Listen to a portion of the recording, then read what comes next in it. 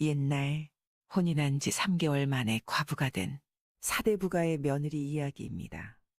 한 명망 높은 사대부 집안에 귀한 아들이 있었습니다.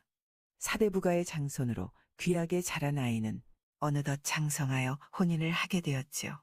새로 들어온 며느리는 살림 솜씨며 시부모에 대한 효심이 얼마나 뛰어났는지 동네에서도 칭찬이 자자했습니다.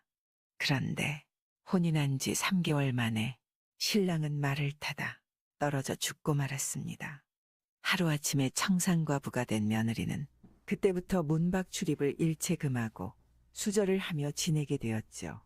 과부가 된 며느리의 방에서는 외로움을 달래려는지 매일 밤마다 다듬이질 소리가 그치지 않았습니다. 그런 며느리의 모습을 보는 시부모의 마음은 늘 걱정이었습니다. 사대부 집안의 며느리답게 일부 종사하여 수절을 해야 하는데 며느리가 과연 죽을 때까지 우리 집 귀신이 되어 줄 수 있을까 하고 말입니다. 그러던 어느 날 밤 매일 들려오던 다듬질 소리가 들리지 않았습니다. 웬일인가? 혹시 죽은 신랑이 그리워 모진 선택을 한 건 아닌가? 아니면 며느리가 외간 남자라도 들인 게 아닌가? 걱정이 되기도 하고 궁금하여 시어머니는 며느리 방을 엿보러 갔습니다. 환하게 불이 밝혀져 있는 며느리의 방문 앞에 다가서서는 문틈으로 방 안을 자세히 살펴보았습니다. 그런데 이게 웬일입니까? 며느리는 베개에 남편이 입던 옷과 갓을 씌워 자기 품에 안기도 하고 눕기도 하고 베개를 다리에 끼워 놓고는 외로움에 몸부림을 치는 것이 아니겠습니까?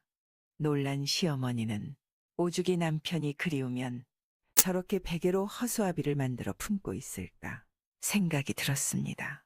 그 후 밤마다 다듬질 소리가 들리질 않는 날이면 시어머니는 며느리가 수절을 못할까 걱정에 잠을 이루지 못했습니다. 잘못하다가는 저 아이가 집안의 먹칠을 하겠구나.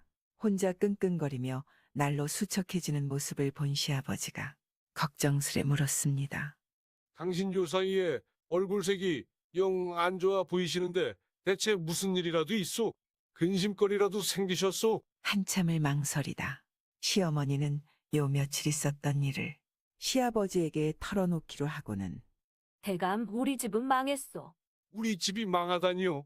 아니 갑작스레 그게 무슨 말씀이세요? 내가 밤마다 새아기 방을 돌아보는데 아니 글쎄 새아기가 베개에 제 남편의 옷을 입혀놓고는 끌어안고 몸부림을 치질 않겠습니까?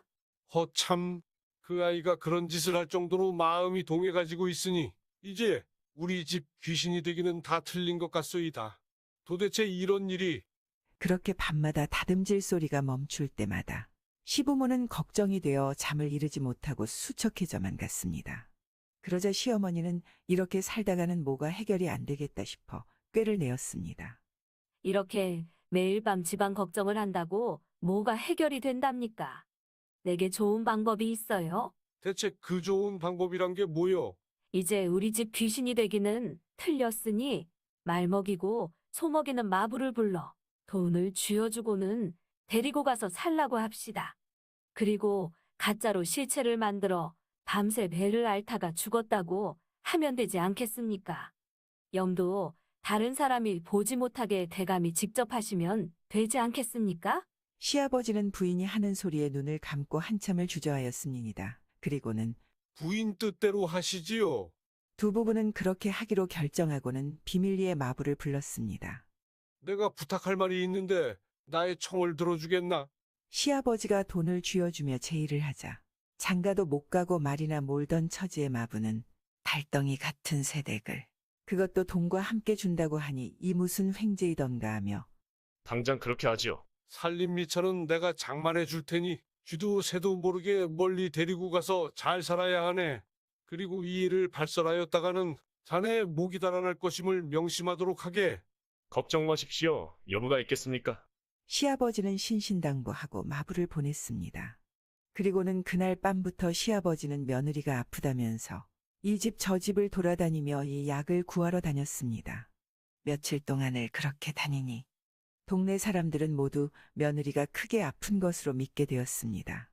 그렇게 소동을 피우고 얼마 뒤 며느리가 죽었다고 고글하며 사람들을 불러놓고는 만들어 놓은 가짜 시체를 가지고 염을 하게 되었습니다. 이 불쌍한 것, 다른 사람들은 절대 손대지 마시오. 절대로 이 불쌍한 것 떠나는 마지막 길 내가 직접 하겠소. 그리고 나서 두 내외는 안으로 들어가 가짜 시신에 염을 하고 관을 짜서 그 안에 넣었습니다. 친정 식구들조차도 청산과부가 된 딸의 죽음을 혼자서 살아가느니 차라리 다행이라고 여겼죠. 그리고 나서 3년 정도가 지난 어느 날 시아버지는 임금의 부름을 받고 말을 타고 한양에 가게 되었습니다. 머슴과 함께 한참을 달렸지만 한양이 천리길이라 말도 지치고 날도 어두워져 어느 여각집에서 하룻밤 묵어가게 되었습니다.